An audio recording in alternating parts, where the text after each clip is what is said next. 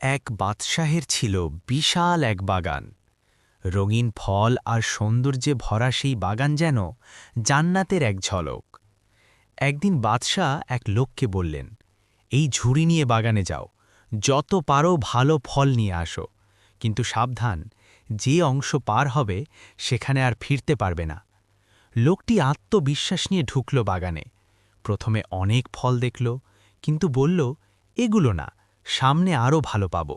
সে এগিয়ে গেল, আরও সুন্দর ফল পেল, তবুও বলল, না, সেরা ফল তো সামনে। শেষে বাগানের শেষ প্রান্তে পৌঁছে সে অবাক, কোথাও কোনো ফল নেই।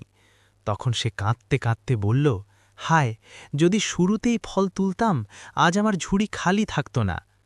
ঠিক এই গল্পটাই আমাদের জীবনের গল্প। আমরা প্রতিদিন ভাবি যে কাল থেকে নামাজ শুরু করব, আগামীকাল ভালো কাজ করব, কিন্তু সেই আগামীকাল আর আসে না।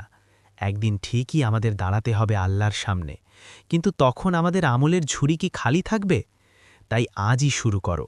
যখনই ভালো কাজের ইচ্ছা জাগে তখনই করে ফেলো, কারণ সময় কারো জন্য অপেক্ষা করে না। আল্লাহ আমাদের সবাইকে নেক আমল করার তৌফিক দান করুন। আমিন।